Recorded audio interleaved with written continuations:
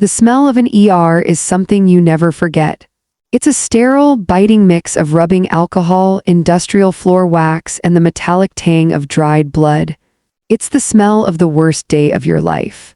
I was lying there, staring at the flickering fluorescent lights, listening to the rhythmic beep of the heart monitor, a sound that felt like it was counting down the seconds of my sanity. My name is Isabella Monroe, and at 23 I thought I'd already seen the worst of my parents. I was wrong.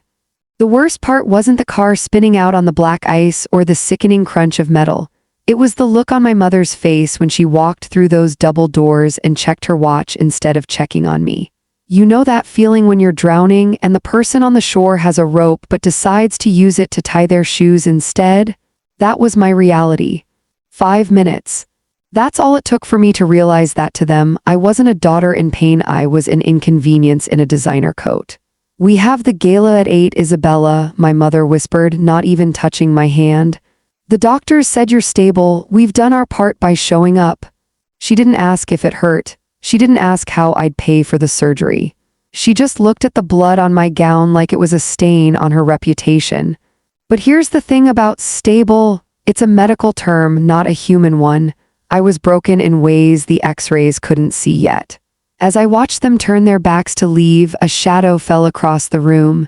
It was Dr. Harris. He had been quiet, charting in the corner, but the way he gripped his clipboard told me he'd heard every cold, hollow word.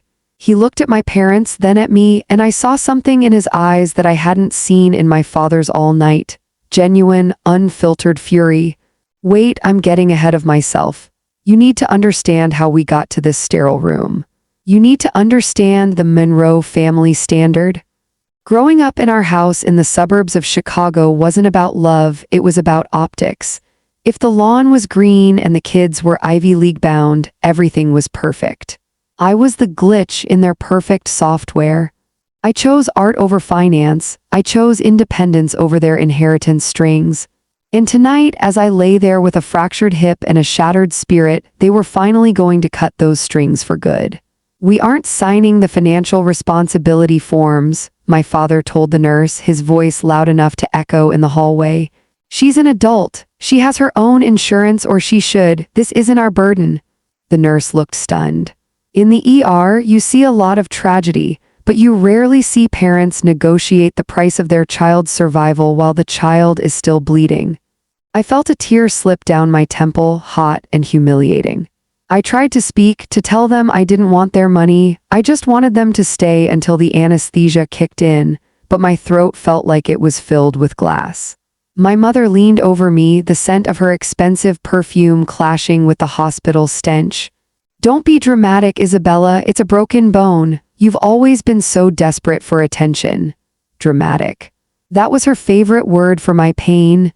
She patted my shoulder, a gesture so clinical it made me flinch, and turned to follow my father. They were actually leaving. They were walking out of the ER while the nurses were prepping me for a 3-hour operation. The automatic doors hissed open, and they stepped out into the night, probably complaining about the hospital parking fees. I felt a cold wave of abandonment wash over me, heavier than the morphine. I was alone, or so I thought. Dr. Harris stepped forward, his boots squeaking on the linoleum. He didn't go to the next patient. He didn't go back to his charts. He walked straight to the door, watched them go, and then turned back to the head nurse with a look that made the room go silent. "Cancel my break," he said, his voice low and vibrating with tension. "And get me the social worker on call. I want a full documentation of parental abandonment of a trauma patient." He came over to my bedside and finally looked me in the eyes. "Isabella," he said, and for the first time that night, I felt like a person. "I've been an ER lead for 15 years. I've seen people bring in strangers they found on the street with more compassion than what I just witnessed. You think they're leaving you behind, don't you?" I nodded, the sobs finally breaking through. They don't care." The doctor leaned in, a grim smile playing on his lips. "Oh, they'll care. Because what they don't realize is that I'm the one who decides what goes in the official medical record, and I'm the one who's going to tell them exactly what their independence is going to cost them. They think this is over. It hasn't even started." That was the moment I realized that while my parents had given up on me, the universe, or at least a very angry doctor, was about to hand them a bill they could never pay. And the revenge I never thought I wanted, it was being served on a cold, stainless steel tray. To understand why my parents looked at my hospital bed like it was a faulty piece of furniture, you have to understand the Monroe legacy. We lived in a sprawling colonial in a zip code where your worth was measured by the brand of your SUV and the prestige of your children's summer internships. My father, Richard, was a man who viewed life as a series of transactions. My mother, Alina, was the curator of our family's public image. In their world, there was no room for messy emotions, and certainly no room for a daughter who didn't fit the mold. The rift didn't happen overnight, it was a slow erosion. It started when I turned 18 and turned down a full ride to a prestigious business school to attend a local art institute. To them, I hadn't just made a career choice, I had committed an act of treason. Art is a hobby, Isabella, my father had said, his voice as cold as the marble countertops in our kitchen. Success is a career. If you want to play at being an artist, you do it on your own dime. And I did. I worked 2 jobs, rented a studio apartment that smelled like oil paint and old wood, and built a life that was mine. For 3 years, our relationship was a sequence of stiff holiday dinners and silent phone calls. They treated my independence as a phase I would eventually grow out of, waiting for the moment I'd come crawling back to ask for their help. Tonight was supposed to be that moment. To them, the car accident was my failure coming to fruition. They weren't there to comfort me, they were there to witness my defeat. As I lay in the ER, the morphine starting to haze the edges of my vision, I remembered the last time I'd asked them for anything. It was 6 months ago. My car, the same one that was now a heap of scrap metal, needed a new transmission. I was short $500. I remember sitting in their pristine living room, feeling like a stranger. My father didn't even look up from his financial journals. A Monroe doesn't ask for handouts, Isabella. If you can't maintain your lifestyle, perhaps you should reconsider your choices. He said it with such a lack of empathy that it felt like a slap. I ended up selling my favorite camera to fix the car. I never asked again, but tonight was different. Tonight wasn't about a car or a camera, it was about a fractured hip and a possible internal bleed. Yet the script remained the same. Even as the nurses rushed around me, checking my vitals with frantic urgency, my mother was more concerned about the bloodstains on her silk scarf. "Do you see what your recklessness does?" she'd whispered before they left. "You've ruined our evening, and for what? A little bit of attention?" The sheer cruelty of it was starting to outweigh the physical pain. In American society, we're taught that family is the safety net, the one place you can fall when the world breaks you. But my net had been replaced by concrete long ago. After they walked out, the silence in the room was heavy. Dr. Aris stayed by my side for a moment longer than necessary. He was checking my charts, but I could tell he was thinking. "Your insurance," he said quietly, "the one you got through your freelance work. It's basic, isn't it?" I nodded weakly. "It won't cover the specialized surgery, will it?" "No," he admitted, his jaw tightening, "not all of it, and your parents know that. They know that by refusing to sign as guarantors, they're essentially leaving you to drown in medical debt before you even take your first step again." I closed my eyes, a single tear tracing a path through the grime on my cheek. "They want me to break," I whispered.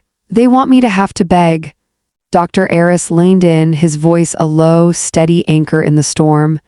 "Isabella, listen to me. I've seen parents like yours before. They think money is power.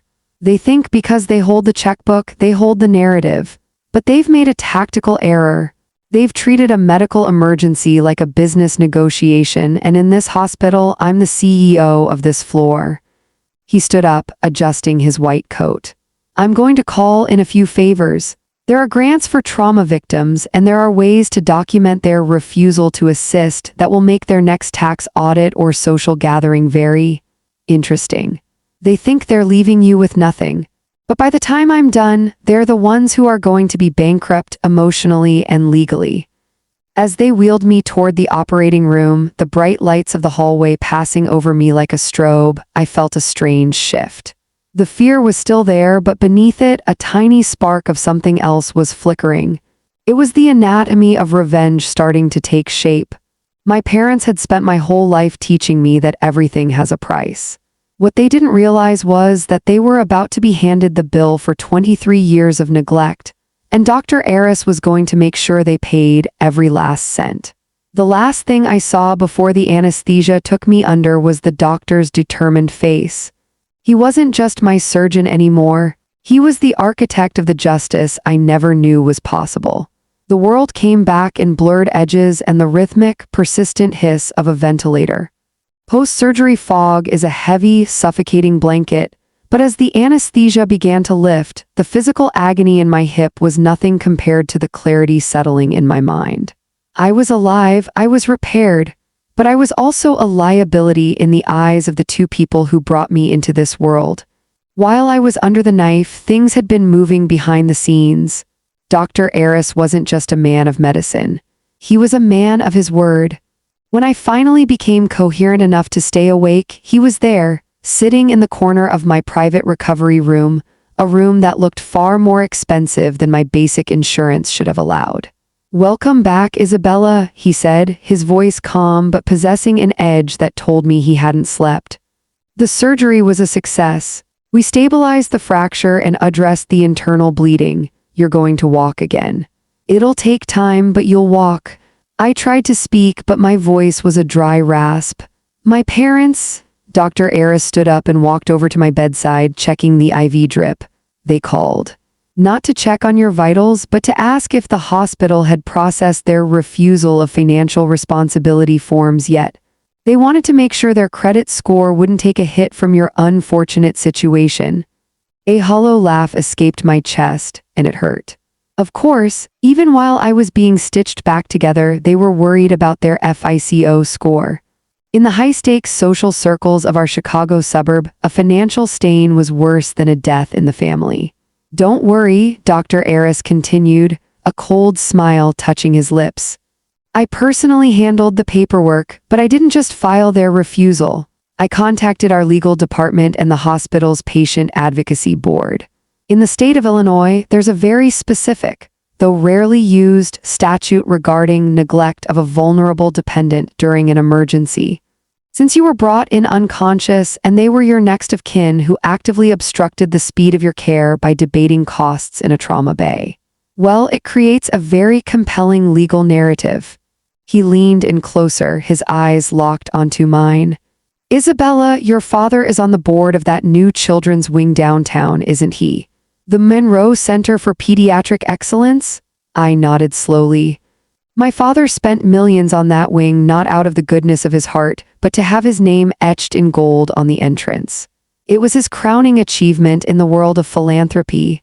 "Perfect," Dr. Eris whispered, "because I've invited a few colleagues from that board to a review meeting tomorrow morning. We're going to discuss hospital ethics and the importance of family support in patient recovery. I've also reached out to a journalist friend at the Chicago Tribune who specializes in healthcare ethics. I told him I have a story about a prominent philanthropist who refused to sign a life-saving consent form for his own daughter because he didn't want to miss a gala." The weight of what he was saying started to sink in. My father's entire world was built on the foundation of public respect.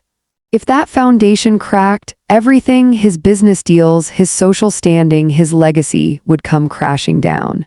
"They think they can treat you like a line item on a budget," the doctor said. "But they forgot that in this building, I'm the one who signs the reports. I've documented every word they said in that ER. I've documented their departure while you were in critical condition. It's all in the permanent record now." Just then, the door to the room swung open. My parents walked in, looking like they had just stepped out of a magazine. My mother was draped in cashmere and my father was already checking his phone. They didn't see Dr. Eris standing in the shadow of the curtain at first. "Isabella," my mother said, her tone sounding like she was scolding a child for spilling milk. "We've spoken to the billing department. We've made it clear that your expenses are yours to handle. We'll help you move your things back to our basement once you're discharged, since you obviously can't afford your studio anymore, but we expect a full repayment plan for the inconvenience of our time." My father didn't even look at me. "We've also decided you'll need to issue a public apology for the scene you caused. Someone saw us in the ER and rumors are starting to float that we were unsupportive. It's bad for the foundation." I felt the old familiar sting of their words, the way they could make me feel small and worthless with just a few sentences. But then Dr. Aris stepped out from behind the curtain. "Actually, Richard," the doctor said, his voice dropping an octave, "the rumors aren't just floating, they're being printed. And as for the scene in the ER, you're right. It was bad for the foundation. In fact, it was so bad that I've already recommended your immediate suspension from the hospital's board of directors, pending an ethics investigation." The color drained from my father's face so fast it was almost comical. My mother gasped, her hand flying to her throat. You can't do that. Do you know who we are?" Dr. Aris took a step toward them, his presence filling the room. "I know exactly who you are. You're the people who left a trauma patient alone in the dark because you had a party to attend. And I'm the doctor who's going to make sure everyone else knows it too." The air in the room turned ice cold. My parents, for the first time in their lives, looked genuinely terrified. Not because their daughter was hurt, but because the mask they had worn for decades was beginning to melt. The silence that followed Dr. Aris's declaration was deafening. My father, a man who usually commanded every boardroom he entered, looked like he had been struck by lightning.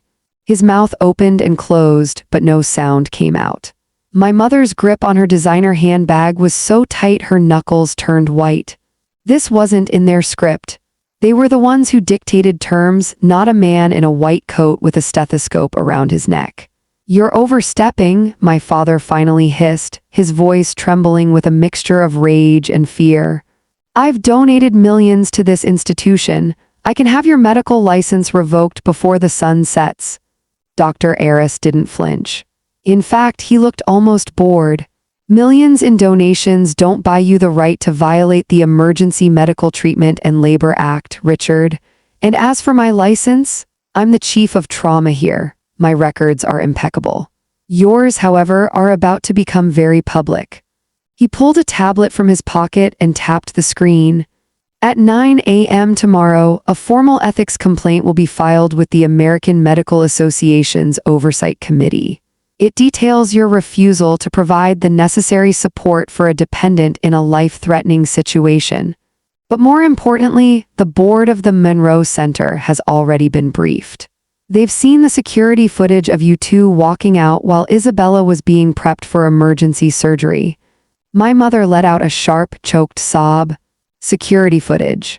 You had no right. The ER is a public access medical zone under constant surveillance for patient safety," Dr. Aris countered smoothly. "And that footage is quite illuminating. It shows the exact moment you checked your watch while your daughter was struggling to breathe. It shows you stepping over a tray of medical supplies to make sure you didn't get a smudge on your shoes. It's a PR nightmare, Alina. And in this city, a nightmare like that spreads faster than a virus." I watched them from the bed, feeling a strange sense of detachment. It was like watching a high-speed train wreck in slow motion. For years, they had used their reputation as a weapon against me, threatening to cut me off or shame me if I didn't comply with their vision of perfection. Now, that same weapon was being turned against them. "We can settle this," my father said, his tone suddenly shifting to that of a desperate negotiator. "What do you want? Is it money? A grant for your department? Just name it and we'll make this ethics complaint go away." Dr. Aris let out a short, dry laugh. "You still don't get it, do you? You think everything has a price tag. You think you can buy your way out of being a terrible human being. But here's the thing about the ER, we see the truth every day. We see the people who have nothing but stay by their loved ones' sides for 48 hours straight. And we see people like you." He stepped closer to my father, his voice dropping to a dangerous whisper. "I don't want your money. Isabella doesn't want your money. What I want is for you to understand that your status is an illusion. By noon tomorrow, the Chicago Tribune will be running a piece on the dark side of philanthropy. Your names won't be associated with excellence anymore. They'll be synonymous with abandonment. My father's phone began to buzz in his pocket, then my mother's. They both looked down at the screens. I could see the messages flashing, likely from their social circles or the foundation's legal team. The news was already leaking. The Monroe Standard was crumbling in real time. Isabella, my mother turned to me, her eyes wide with a fake, desperate tenderness that made my stomach churn. Sweetie, tell him. Tell him we were just confused. We were in shock. You know how we get. We'll pay for everything. We'll get you the best private rehab in the country. Just make him stop. I looked at her, really looked at her. I saw the expensive makeup, the perfectly styled hair, and the utter void of soul behind her eyes. You weren't in shock, Mom, I said, my voice stronger than it had been all night. You were in a hurry. You told me not to be dramatic. Well, this isn't drama. This is just the bill for your choices, and like Dad always says, a Monroe always pays their debts. The look of pure, unadulterated horror on their faces was the most honest thing I'd ever seen from them. They realized then that I wasn't their glitch anymore. I was the witness to their downfall. Get out, Dr. Aris said, pointing to the door. You've been officially barred from this wing. If you attempt to contact Isabella or interfere with her care, security will escort you from the premises. And believe me, the cameras will be rolling for that too.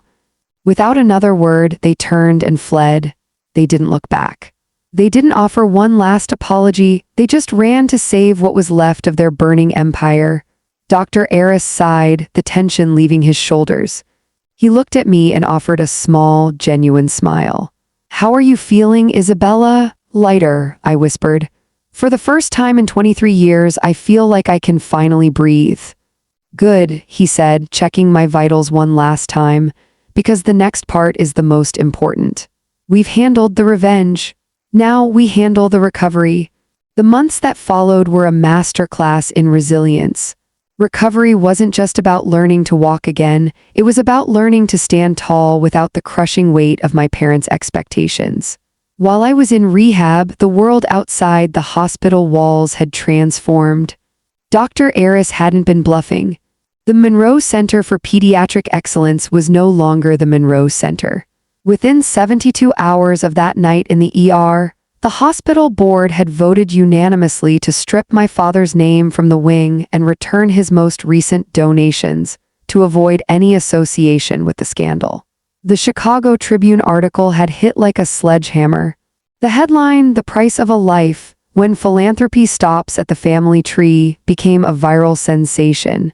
In the age of social accountability, people didn't just forget. My parents were blacklisted from every country club, every charity board, and every social circle in the city. Their perfect life didn't just crack, it disintegrated. But while their empire was burning, I was building a new one. With the help of the trauma grants Dr. Aris had secured, and a surprisingly large settlement from the insurance company of the driver who hit me, I didn't have to go crawling back to my parents' basement. Instead, I stayed in a small, sun-drenched apartment near the lake, a place where the only standard I had to meet was my own. I remember the day I finally ditched my crutches. It was a crisp autumn morning, the kind where the air feels like a fresh start. I walked, unassisted, to a small gallery in the West Loop that was hosting an exhibition of my latest work, a series of paintings titled Anatomy of a Recovery. One of the pieces was a large, abstract canvas in shades of sterile white, metallic silver, and a single, defiant streak of gold. I called it the Doctor's Promise. As I was adjusting the lighting on my centerpiece, the gallery door opened. I expected a curator or a patron, but instead I saw two people who looked like shadows of their former selves. My parents. They looked older. The designer clothes were still there, but they hung loosely on their frames. The arrogance that once defined them had been replaced by a hollow, desperate sort of longing. They hadn't come to demand an apology this time. They had come because they had nowhere else to go. Isabella, my father started, his voice lacking its usual booming authority.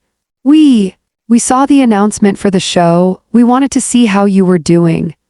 My mother stepped forward, her eyes scanning the room, looking for anyone to recognize her. But the few people in the gallery just looked past her. "The foundation is gone, Bella," she whispered, using a nickname she hadn't used since I was 5. "Your father's firm. They asked him to retire early, our friends. They don't answer the phone anymore." I looked at them, and for the first time in my life, I didn't feel fear or anger or even a need for more revenge.